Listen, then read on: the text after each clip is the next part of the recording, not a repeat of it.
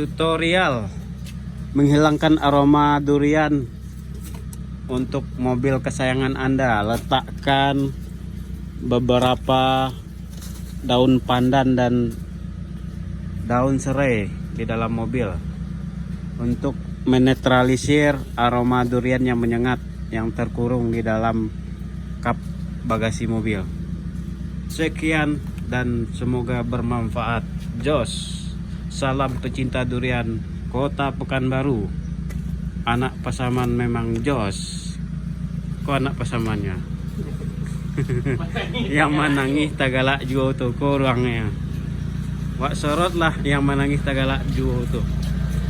Menangis tagalak juo, ternyata duriannya galak, orangnya menangis. Rangkah bahasa Minangnya. Nah, rangkah bahasa orang Simpangnya.